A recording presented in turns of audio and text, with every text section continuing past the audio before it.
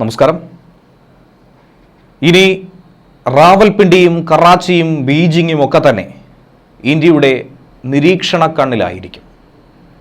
India ലക്ഷ്യം വയ്ക്കുന്നത് കൃത്യമായി തന്നെ ഭേദിക്കാനും തകർക്കാനും ഇനി മുതൽ നമുക്ക് സാധിക്കും. ഇന്ത്യക്ക് കൂട്ടായി ഇസ്രയേലും നമുക്കൊപ്പം തന്നെ ഉണ്ടാകുമെന്ന സൂചന ഇതിലൂടെ ലഭിക്കുകയാണ്. ഇന്ത്യയിലേക്ക് പാകിസ്ഥാന് മാത്രമല്ല അമേരിക്കയ്ക്കടക്കം ഒരൊറ്റ പണിയാണ് ഇന്ത്യ ലക്ഷ്യം വയ്ക്കുന്നത്. പുത്തൻ ആയുധത്തിൽ ഇന്ത്യയുടെ കണ്ണുടക്കിയ ഒരു വാർത്തയാണ് പുറത്തു വന്നിരിക്കുന്നത്. കഴിഞ്ഞ ഒരു ദശാബ്ദത്തിനിടയിൽ ഇന്ത്യയുടെ പ്രതിരോധ മേഖലയിൽ ഉണ്ടായിരിക്കുന്ന വളർച്ച അഭൂതപൂർവമായ ഒരു വളർച്ച തന്നെയാണ്. ലോകരാജ്യങ്ങൾ തന്നെ കൗതുകത്തോടെ അസൂയയോടെ നോക്കിക്കാണുന്നു അതിനെ.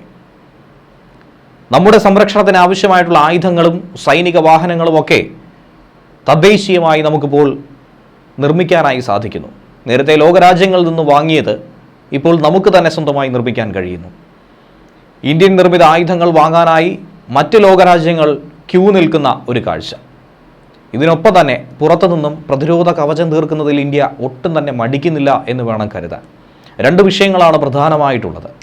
ഒന്നെന്ന് പറയുമ്പോൾ ഇസ്രയേൽ നിർമ്മിത ദീർഘദൂര മിസൈലായിട്ടുള്ള ലോറയെ സ്വന്തമാക്കാനായി ഇന്ത്യൻ വ്യോമസേനയാണ് തയ്യാറെടുക്കുന്നത്. സുഖോയ് യുദ്ധവിമാനത്തിൽ ബ്രഹ്മോസിനൊപ്പം തന്നെ വിന്യസിക്കാനായി ലോറയെ ഇന്ത്യ നോക്കുന്നു എന്നാണ് മനസ്സിലാക്കാൻ കഴിയുന്നത്. ഇസ്രയേൽ എയ്റോസ്പേസ് ഇൻഡസ്ട്രീസ് ആണ് മിസൈലിൻ്റെ നിർമ്മാതാക്കൾ. 400 മുതൽ 430 കിലോമീറ്റർ വരെയുള്ള ദൂരപരിധിയിലെ ലക്ഷ്യങ്ങളെ ഭേദിക്കാൻ ഇതിന് സാധിക്കും. മണിക്കൂറിൽ 6174 കിലോമീറ്ററാണ് ഇതിൻ്റെ വേഗതയും. വ്യോമ പ്രതിരോധ സംവിധാനങ്ങൾക്കോ റഡാറുകൾക്കോ ഇതിനെ കാണാൻ പോലും സാധിക്കില്ല. ഇവയുടെ കണ്ണ് വെട്ടിച്ചുകൊണ്ട് ലക്ഷ്യം തകർത്ത് തരിപ്പണമാക്കും. ഇന്ത്യയിൽ നിന്നും തൊടുത്തുവിട്ടാൽ കറാച്ചിയിലേക്കും റാവൽപിണ്ടിയിലേക്കും പോകാൻ വളരെ നിസ്സാര സമയം മാത്രം ഇതിനു വേണ്ടി വരും. യഥാർത്ഥ നിയന്ത്രണ രേഖയിലെ ചൈനീസ് താവളങ്ങളിലേക്കടക്കം ഇതിനെ എത്തിക്കാൻ നമുക്ക് സാധിക്കുമെന്ന് ചുരുക്കം. ഓപ്പറേഷൻ സിന്ദൂറിൽ പാകിസ്ഥാൻ വ്യോമ താവളങ്ങളെ ഇന്ത്യ ആക്രമിച്ച ആ ഒരു നീക്കത്തിൽ ഇന്ത്യയുടെ മിസൈൽ ശേഷി എത്രത്തോളമാണ്, വ്യോമസേനയുടെ കരുത്ത് എത്രത്തോളമാണ് എന്നുള്ളത് ലോകത്തിന് മുന്നിൽ മനസ്സിലാക്കി കൊടുത്തിരുന്നു. പക്ഷേ അന്നും നാം ഉപയോഗിച്ചത് ഇസ്രയേൽ നിർമ്മിത റാംപേജ് മിസൈലുകളായിരുന്നു. ഇന്ത്യ ഉപയോഗിച്ച ഈ മിസൈലുകൾ ഏത് എന്നുള്ള ചോദ്യം അന്നു മുതൽ തന്നെ വലിയ തോതിൽ ഉയർന്നു കേട്ടതായിരുന്നു. സമുദ്രനിരപ്പിന് സമീപത്തുകൂടി താഴ്ന്ന ഉയരത്തിൽ പറക്കുന്ന ക്രൂയിസ് മിസൈലാണ് ബ്രഹ്മോസ്. എന്നാൽ ഉയരത്തിൽ നിന്ന് വിക്ഷേപിക്കുകയും ഉയരത്തിൽ പറക്കുകയും ചെയ്യുന്ന ഒരു ക്വാസി ബലിസ്റ്റിക് മിസൈലായി തന്നെയാണ് ലോറയെ കണക്ക് കൂട്ടുന്നത്. അപ്പോൾ രണ്ടു രീതിയിലും നമുക്ക് ആക്രമണം നടത്താനായി സാധിക്കും. വ്യോമ പ്രതിരോധ മേഖലയ്ക്ക് മുകളിലൂടെ പറന്നുകൊണ്ട് കൃത്യമായി ലക്ഷ്യം ഭേദിക്കാൻ ലോറയ്ക്ക് സാധിക്കുമെങ്കിൽ വ്യോമ പ്രതിരോധ സംവിധാനങ്ങളുടെ കണ്ണ് വെട്ടിച്ച് അതിന് താഴെ കൂടെ പറന്നുകൊണ്ട് ബ്രഹ്മോസും സുരക്ഷാ കവചം തീർക്കുമെന്നുള്ളത് വ്യക്തമാണ്. ഇപ്പോഴുള്ള സുഖോയ് വിമാനങ്ങളിൽ വളരെ എളുപ്പത്തിൽ ലോറയെ കൂടി കൂട്ടിയിണക്കാൻ സാധിക്കും.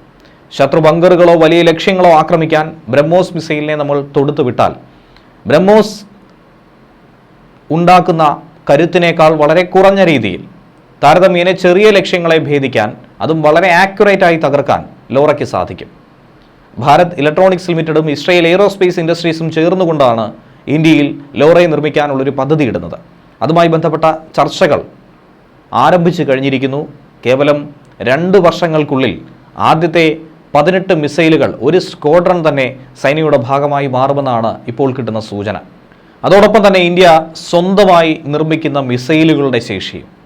ഇക്കഴിഞ്ഞ മെയ് മാസത്തിൽ ഗ്രീസിൽ നടന്ന ഡിഫൻസ് എക്സിബിഷൻ ഏതൻസിൽ ഇന്ത്യ പ്രദർശിപ്പിച്ച ഒരു മിസൈലാകട്ടെ ലോകത്ത് തന്നെ ഏവരുടെയും കണ്ണിലുടക്കിയ ഒരു സംവിധാനം തന്നെയായിരുന്നു.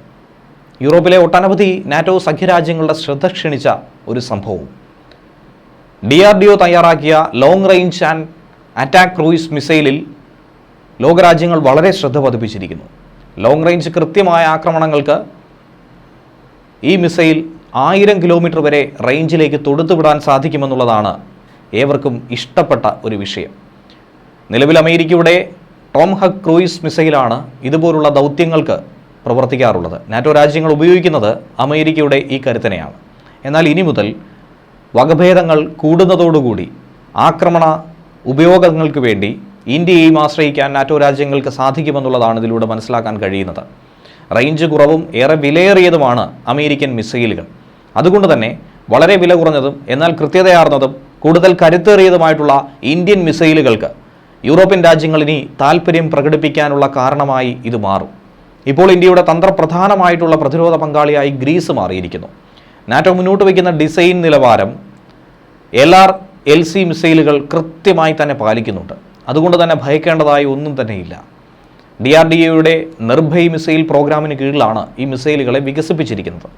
എയർബേസുകൾ, കമാൻഡ് സെൻറ്ററുകൾ തുടങ്ങി ശത്രുവിൻ്റെ തന്ത്രപ്രധാനമായ കേന്ദ്രങ്ങളിൽ വളരെ കൃത്യതയാർന്ന ആക്രമണങ്ങൾ നടത്താൻ ഈ മിസൈലിന് വളരെ എളുപ്പത്തിൽ സാധിക്കും.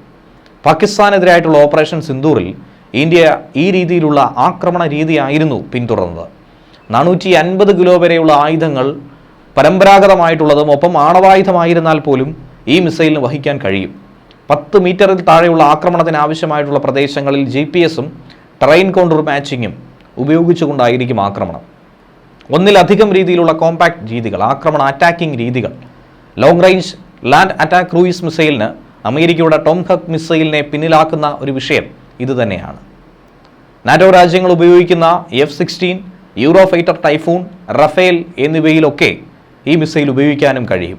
അതുകൊണ്ട് തന്നെയാണ് ലോകരാജ്യങ്ങൾ താൽപ്പര്യം പ്രകടിപ്പിക്കുന്നത്. ഗ്രീസ് ആകട്ടെ എന്തായിരുന്നാലും ഈ മിസൈൽ വാങ്ങുമെന്ന ഒരു സൂചന നൽകിയിട്ടുണ്ട്. DRDO അധികൃതരുമായി ഇതുമായി ബന്ധപ്പെട്ട ചർച്ചകളും നടന്നു. പോളണ്ട്, റൊമേനിയ പോലെ റഷ്യൻ അധിനിവേശത്തെ ഭയക്കുന്ന രാജ്യങ്ങളടക്കം ഇത് വാങ്ങാനുള്ള താൽപ്പര്യം പ്രകടിപ്പിച്ചിട്ടുണ്ട്. ഇതിൻ്റെ പ്രവർത്തന രീതിയൊക്കെ തന്നെ അവർ വിലയിരുത്തുന്നുണ്ട്. അതുപോലെ കരിങ്കടൽ മേഖലയിലൊക്കെ പ്രതിരോധ ഉപയോഗങ്ങൾക്കായി ഈ മിസൈലിനെ വിനിയോഗിച്ചാലോ എന്നുള്ള ചർച്ചകളും ഉയർന്നു കേൾക്കുകയാണ്. എന്തായിരുന്നാലും ഇന്ത്യയെ സംബന്ധിച്ച് ഇതൊരു നിർണായകമായ ദിവസം തന്നെയായിരുന്നു. ന്യൂസ് ഡെസ്ക് മലയാളി വാർത്ത.